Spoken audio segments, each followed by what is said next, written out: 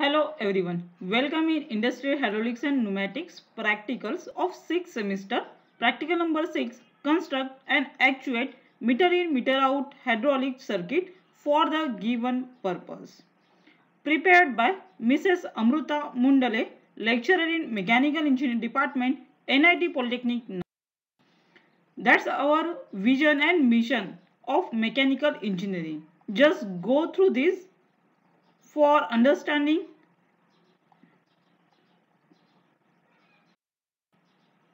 Practical outcomes. After completion of this practical, you are able to construct and actuate meter in meter out hydraulic circuit for the given purpose. Program outcomes achieved as PO1 to PO7 and PSO1 to PSO3 will be mapped by this table. Minimum theory background required to complete this successful practical. As a meter in speed control circuit is a FCV is placed before the inlet of an actuator.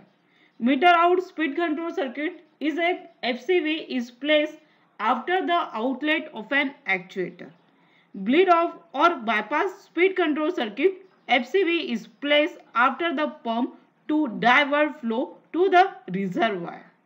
तो in short हम metre in meter out और bleed off circuit में flow control valve का utilise करते।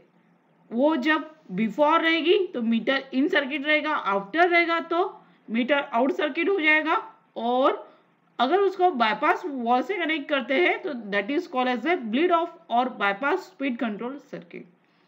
तो actuator की speed control करने के लिए हम फ्लो कंट्रोल वॉल का यूटिलाइज कर सकते हैं। तो आइए देखते हैं for better understanding of meter in meter out and bleed off circuit. So the topic is meter in hydraulic circuit. तो मीटर इन हाइड्रोलिक सर्किट में हमें यहाँ पे दिख रहा है extend cylinder and retract cylinder. Extend यानी फॉरवर्ड मोशन एंड रिट्रैक्ट यानी रिटर्न मोशन। तो यहाँ पे जैसे कि हमने जनरल लेआउट में देखा था कि ये हमारा रिजर्वायर है, रिजर्वायर से पंप कनेक्ट रहेगा। इसके पहले आप फिल्टर भी बना सकते हो और देन अपना प्रेशर रिलीफ वॉल्व रहेगा पंप के बाद, और उसके आगे कनेक्ट होगा हमारा डीसीवी। यहाँ पे एक्चुएटर कौन सा है?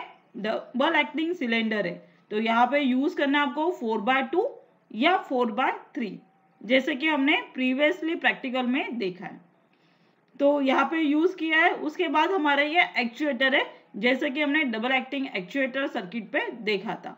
तो अभी हमें क्या करना है? मीटर इन करना है। मीटर इन यानी इनलेट साइड के जो फ्लो रहेगा एक्चुएटर में आने वाला, उसकी स्पीड कंट्रोल करना है। तो ये एफसीवी का सिंबल है।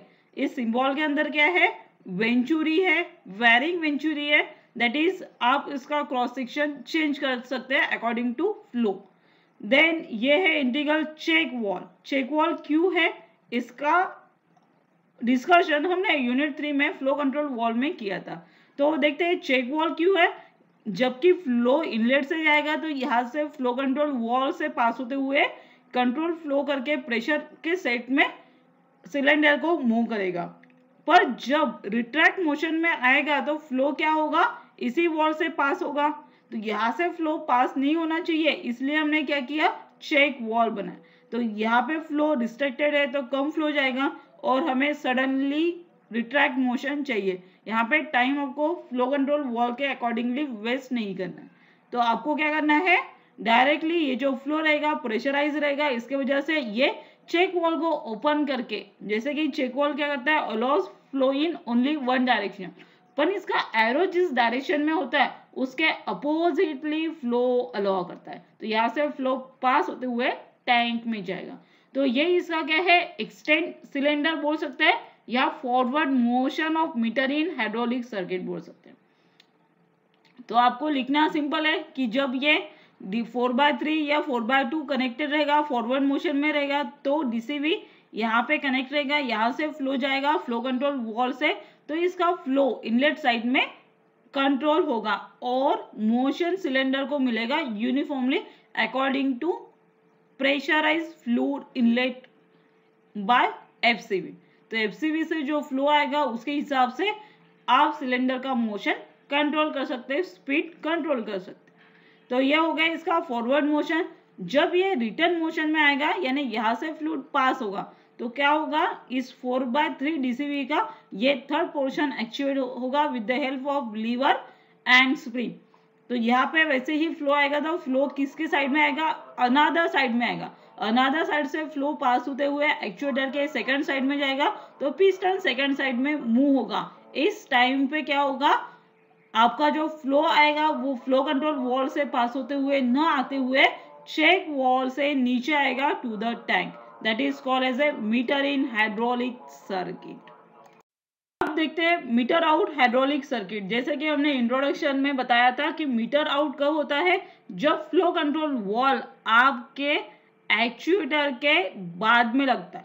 जैसे कि यहाँ पे एक मोशन दिया है that is called as a forward motion of meter out hydraulic circuit. तो फ्लो जब मीटर इन में था तो इस लाइन पे फ्लो कंट्रोल वॉल थी, यही फ्लो कंट्रोल वॉल हमने हटा के इसके फ्लो के अनदर डायरेक्शन पे रख दी, that is called as a meter out hydraulic circuit. तो यहाँ पे कौन सा फ्लो कंट्रोल हो रहा है, जो एक्चुएटर से निकलने वाला जो फ्लूइड है जो टैंक में जाने वाला था वो फ्लूइड का स्पीड हम कंट्रोल कर रहे हैं।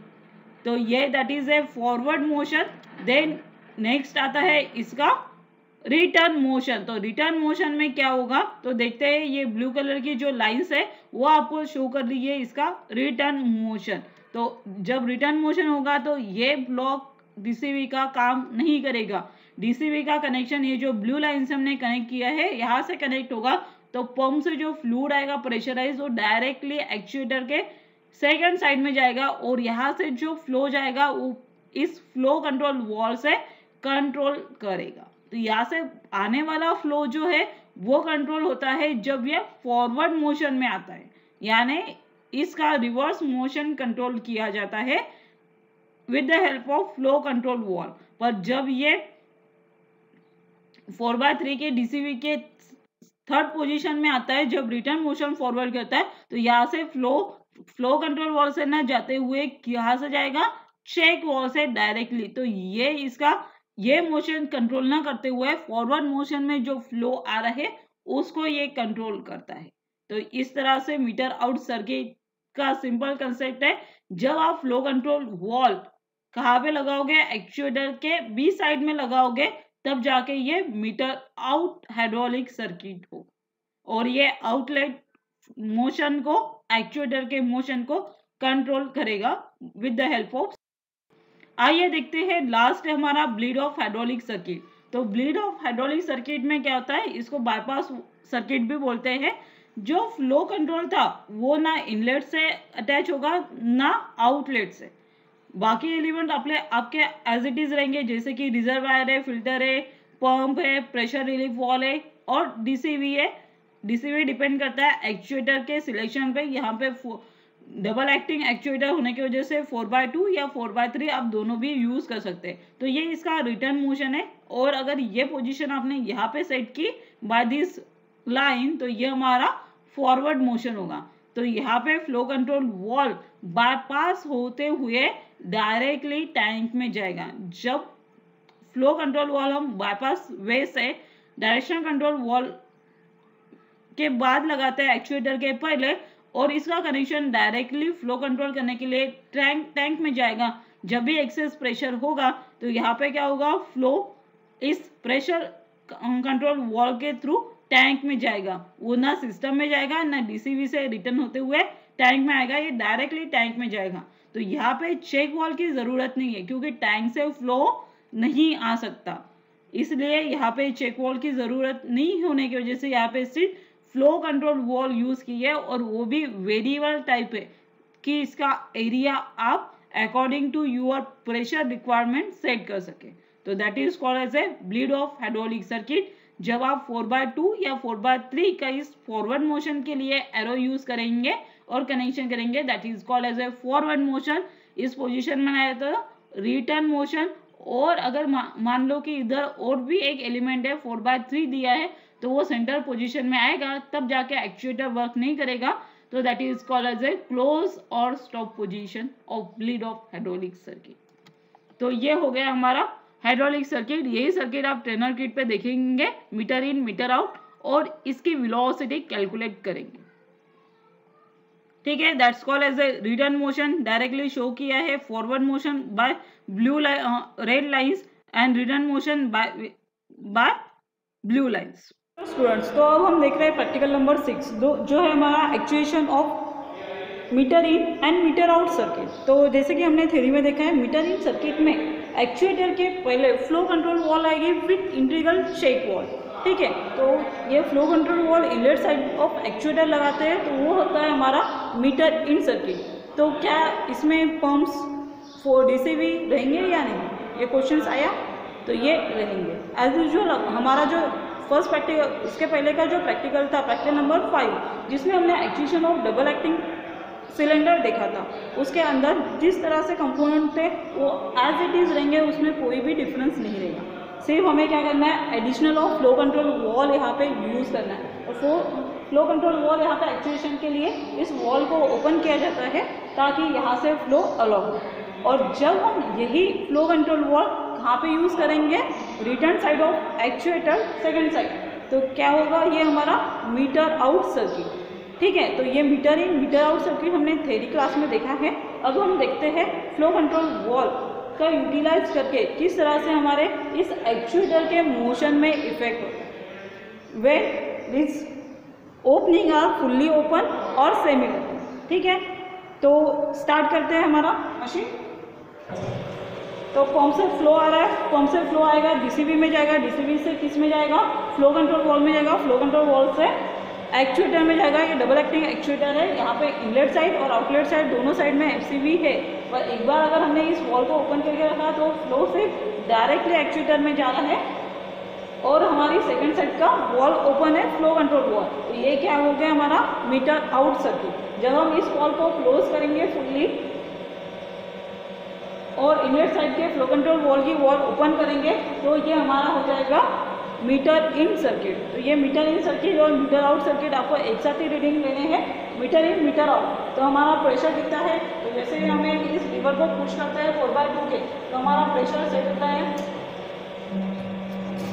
तो आपको यहाँ पे शो हो रहा है प्रेशर कितना है, ये हमने लास्ट टाइम भी नोट डाउन किया था।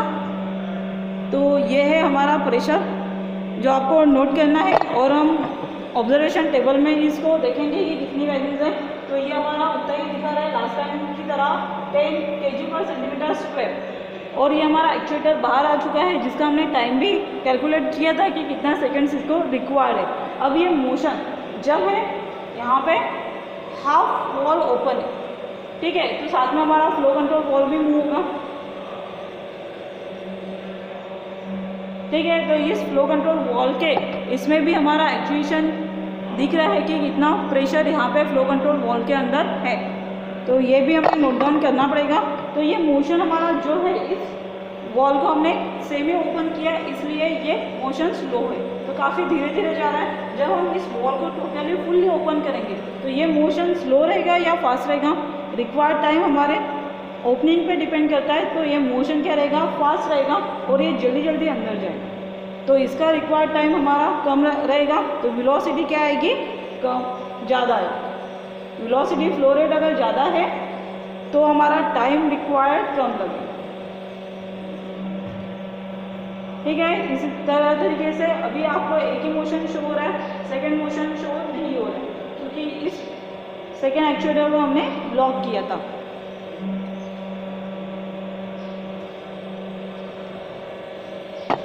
You have to observe this motion of actuator.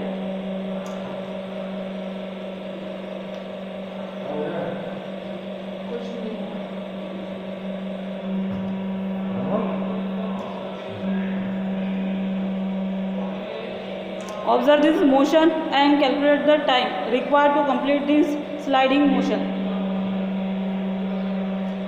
तो इस तरह से हमने प्रैक्टिकल नंबर 6 परफॉर्म किया। ऑब्जर्वेशन टेबल आपको फिल करना है according to this readings. Then discuss करते हैं ऑब्जर्वेशन जो आपको अपने मैनुअल में या प्रैक्टिकल पेजेस पे लिखना है और पूरा प्रैक्टिकल आपको कंप्लीट करना है और जेन्युइन साइट पे इस नंबर के प्रैक्टिकल पे अपलोड करना है। तो meter in hydraulic circuit and meter out hydraulic circuit का ये टेबल आपको कंप्लीट करना है जिसमें एफसीवी जो रहेगी, एफसीवी को आपको क्या सेटल करना है, fully open and 50% close position.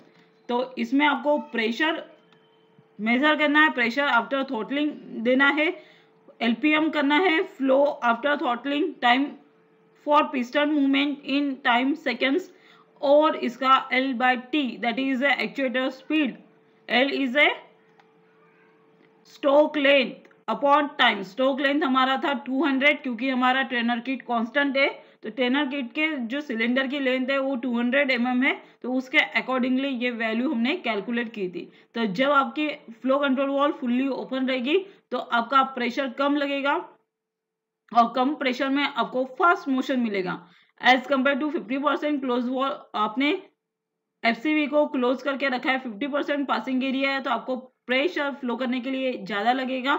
इस टाइम पे आपका टोटल प्रेशर भी ज्यादा रहेगा और फ्लो रेट कम रहेगा। फ्लो रेट कम होने के वजह से क्या होगा, पिस्टन को मूव करने के लिए ज्यादा टाइम लगेगा और आपका मोशन जो है ऑब्जर्व किया है accord in this before this video, तो वो स्लो हो जाएगा। तो यही सेम टेबल आपको मीटर इन हाइड्रोलिक सर्किट का मीटर आउट के लिए भी प्रिफर करना है। तो एक्चुएटर ऑफ हाइड्रोलिक मोटर, तो हमारे ट्रेनर किट में हाइड्रोलिक मोटर नहीं है, सिर्फ डबल एक्टिंग एक्चुएटर है। इसके वजह से हमने metre in meter out circuit को कंस्ट्रक्ट किया है। सेम अगर आप वही डबल एक्टिंग एक्चुएटर को हाइड्रोलिक मोटर में कन्वर्ट करते हैं तो आपको ऐसा ही मोशन ऑब्जर्व होगा। तो आपको लीनियर वेलोसिटी कैलकुलेट कर रहे हैं। लीनियर वेलोसिटी कैलकुलेट करने के लिए स्ट्रोक लेंथ अपॉन टाइम है। स्ट्रोक लेंथ ऑफ एक्चुएटर है हमारा 200 mm और जो टाइम आपने ऑब्जर्व किया उसको डिवाइड बाय दिस टाइम करना है, तो आपका लीनियर वेलोसिटी कैलकुलेट होगा एक्चुएटर के लिए, that is called as double acting cylinder के लिए, और जो रहेगा mm/s। अगर एंगुलर वेलोसिटी कैलकुलेट करना है तो सेम आपको मोटर का डिस्टेंस आपको पता होना चाहिए, रेडियस, और उस रेडियस के हिसाब से आप एंगुलर वेलोसिटी आरपीएम भी कैलकुलेट कर सकते हैं। तो देखते हैं practical outcomes achieve by this practical lecture as construct and actuate meter in meter out and bleed off hydraulic circuit for the given purpose. Practical outcomes achieved by this lecture as a PO1, PO4, PO6, PO7 and PO3 map. Thank you. Happy learning. Stay on.